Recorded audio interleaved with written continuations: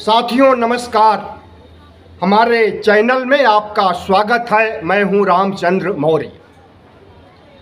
पिछले 12 वर्षों से जो सरकार डरवाती रही है इस देश की जनता को, इस देश के नेताओं को और पाकिस्तान को, आज वह सत्ता खुद डर गई है। किससे डर गई है? जेन जी और जेन अल्फा से। कैसे डर गई है, क्यों डर गई है? प्रधानमंत्री नरेंद्र मोदी और गृह मंत्री अमित शाह को मालूम है कि जेन जी और जेन अल्फा की संख्या इस देश में लगभग 60 करोड़ है और अगर यह एक राजनीतिक पार्टी बनाकर, हालांकि बना चुके हैं लेकिन अभी सियासी पार्टी की घोषणा नहीं की गई है, अगर पार्टी बना करके चुनाव लड़ते हैं तो कम से कम 100 सीटें जीतेंगे। प्रधानमंत्री नरेंद्र मोदी का आकलन है और जब 100 सीटें जीतेंगे तो भारतीय जनता पार्टी को जीतने के लिए कुछ बचेगा ही नहीं। ऐसे में नरेंद्र मोदी साम दाम दंड भेद से युवाओं को अपने खेमे में लाना चाहते हैं, जेन जी के युवाओं को और जेन अल्फा के युवाओं को। क्या इस मुहिम में प्रधानमंत्री नरेंद्र मोदी सफल होंगे? जेन जी और जेन अल्फा विपक्ष नहीं है कि उसके नेताओं को खरीद करके आप तोड़ लेंगे। कितने जेन जी को आप खरीदेंगे, कितने करोड़ खर्च करेंगे, लेकिन कोई भी जेन जी टूट करके आपके खेमे में नहीं आएगा। अब प्रधानमंत्री नरेंद्र मोदी बहुत दरियादिली दिखा रहे हैं जेन जी और जेन अल्फा के प्रति। सेंट्रल एजेंसी ने एक फरमान जारी किया है दिल्ली पुलिस के लिए कि जेन जी के युवाओं को अगर जंतर मंतर पर, कनॉट प्लेस पर, मंडी हाउस में कहीं भी देखिए तो उनसे नमस्कार कीजिए, उनका हाल चाल पूछिए और उन्हें खुश रहिए, उनके साथ हंसिए, ठिठोली कीजिए, मजाक कीजिए और उन्हें पटाइए। आंदोलन से वह इतर हट करके आपके नौटंकी पर आ जाएं। लेकिन क्या जेन अल्फा और जेन जी इतना बेवकूफ़ है जो नरेंद्र मोदी के इस फरमान के तहत पुलिस के द्वारा किए गए हृदय परिवर्तन के बाद की स्थिति को भांप नहीं लेगा? भांप नहीं लेगा बल्कि भांप चुका है। जिस तरह से बयान आ रहे हैं जेन जी के नेताओं के, प्रधानमंत्री नरेंद्र मोदी अंदर से हिल गए हैं। जेन जी की वजह से प्रधानमंत्री ने तमाम प्रोग्राम बनाया है उन्हें खुश करने के लिए। अगर पुलिस वाला जेन जी के साथ बदतमीजी, बदसलूकी करते हुए पकड़ा गया, कोई वीडियो बना करके वायरल कर देता है और वह वीडियो सरकार के हाथ लगता है तो पुलिस वाले की खैर नहीं। उसे सस्पेंड भी किया जा सकता है, बर्खास्त भी किया जा सकता है। इस तरह की गाइडलाइन से क्या पुलिस का हृदय परिवर्तन होगा और वह जेन जी और जेन अल्फा के प्रति सकारात्मक विचार रख सकेगा? हमें ऐसा नहीं लगता है। प्रधानमंत्री नरेंद्र मोदी डर और भय के कारण जो फरमान जारी कर रहे हैं इससे कुछ नहीं होने वाला है। नरेंद्र मोदी के प्रति जो नज़रिया जेन जी का, जेन अल्फा का और देशवासियों का, 98 करोड़ मतदाताओं का जो नज़रिया बन गया है अब उसमें तब्दीली आ पाना मुश्किल है। प्रधानमंत्री नरेंद्र मोदी और अमित शाह चुनाव के बल पर तो सत्ता हासिल कर सकते हैं, क्योंकि उन्होंने जिस तरह से 2024 के लोकसभा चुनाव के बाद चुनाव आयोग को कठपुतली बना दिया है और जिस तरह से सुप्रीम कोर्ट को भी मैनेज कर लिया है और पूरे चुनावी तंत्र को हाईजैक कर लिया है, इससे चुनाव तो वह जीत जाएंगे, लेकिन इतनी आसानी से JNG चुनाव जीतने नहीं देगा जितना आसानी से अभी तक जीतते आए हैं। तमाम राज्यों में जिस तरह से जीते हैं, JNG ने नरेंद्र मोदी सरकार और डबल इंजन राज्यों के खिलाफ मुहिम चला रखी है। स्कूलों का भंडाफोड़ करना उसका मकसद हो गया। शिक्षा के क्षेत्र से शुरू होकर भारत सरकार के तमाम मंत्रालयों के हर क्षेत्रों पर उसकी निगाह है, लेकिन अभी शिक्षा से ही शुरू किया गया।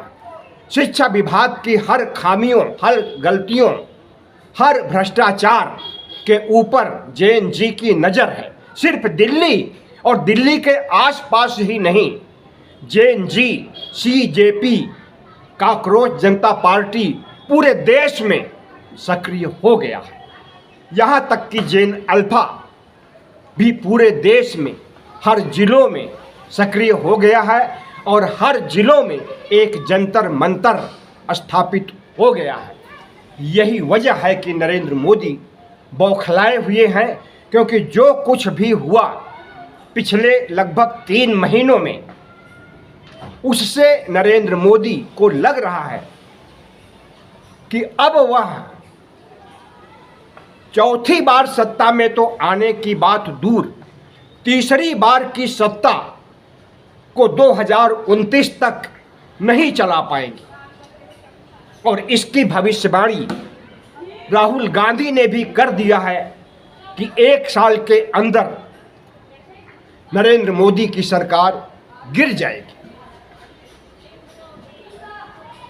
इन सब वजहों से अगर प्रधानमंत्री बौखलाए हुए हैं और RSS प्रमुख से भी उनके अच्छे संबंध फिलहाल नहीं बताए जा रहे हैं और RSS प्रमुख इस बात को लेकर के नाराज हैं, जो दरिंदगी दिल्ली में 20 जुलाई को युवाओं के साथ हुई, दिल्ली पुलिस के द्वारा जो बर्बरता हुई, उसको लेकर के अगर मोहन भागवत नरेंद्र मोदी जी शाह से नाराज हैं और उनकी नाराज़गी को दूर करने का कोई ठोस प्रयास नहीं किया जा रहा है, तो समझ लीजिए कि संघ भी एक मुसीबत पैदा कर सकता है। संघ प्रमुख आजकल नरेंद्र मोदी के खिलाफ ही बोलते आ रहे हैं। आरक्षण को लेकर उन्होंने जो बयान दिया था पहले, लगभग उसी पर कायम है। आरक्षण का समर्थन कर रहे हैं। अमित शाह ने भी समर्थन किया था 2 दिन पहले, लेकिन आरक्षण विरोधी जो सक्रिय हो गए हैं, उन्हें UGC एक्ट से भी नरेंद्र मोदी को घेरने का काम किया गया है।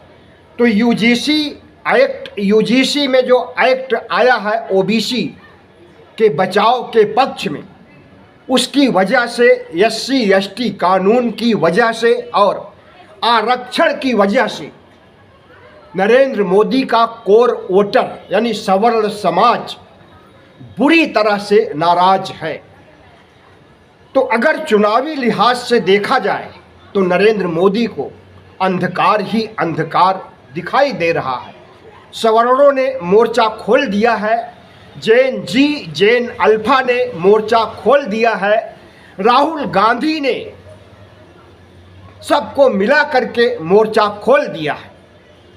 ऐसे में प्रधानमंत्री नरेंद्र मोदी को सूझ नहीं रहा है, दिन में तारे दिखाई दे रहे हैं कि कैसे वह हर एक समस्या को पटरी पर ला सकें, कैसे हर समस्या का निदान खोज सकें। हमें लगता है कि प्रधानमंत्री नरेंद्र मोदी की बौखलाहट और परेशानी और उनका हाथ पांव फूलना स्वाभाविक है। जब कोई सत्ता में 12 साल तक बना रहता है तो उसे सत्ता अपने बाप की बपौती लगने लगती है। देश के रिसोर्सेज उसे अपना महसूस होने लगता है और जिस तरह से अडानी अंबानी को अपना समझ करके देश को बेचा गया है, एक कारण वह भी है कि अब कारपोरेट भी हाथ खींचने लगा है नरेंद्र मोदी से। और नरेंद्र मोदी के जितने अंधभक्त थे अधिकांश जा चुके हैं। लाला रामदेव प्रेस कॉन्फ्रेंस करके नरेंद्र मोदी के खिलाफ जहर उगल रहे हैं। इसे क्या कहा जाएगा कि जो शख्स कल तक नरेंद्र मोदी का समर्थन करता था, आज वह सड़कों पर उतर करके कांग्रेस का समर्थन और नरेंद्र मोदी की धज्जियां उड़ा रहा है। उसे लग रहा है कि अब सत्ता परिवर्तन होने वाला है और अगर अपने साम्राज्य को आगे बढ़ाना है, पतंजलि के कारोबार को आगे बढ़ाना है, तो आने वाली सत्ता को साधना पड़ेगा। इसीलिए वह प्रधानमंत्री नरेंद्र मोदी का साथ छोड़ करके राहुल गांधी के साथ आने के लिए लालायित है। लेकिन राहुल गांधी ऐसे किसी भी शख्स को अच्छे संकेत नहीं दे रहे हैं कि उन्हें पार्टी में या अपने साथ समर्थक के रूप में ले करके उनके लिए काम किया जाएगा, ऐसा कोई संकेत नहीं दे रहे हैं।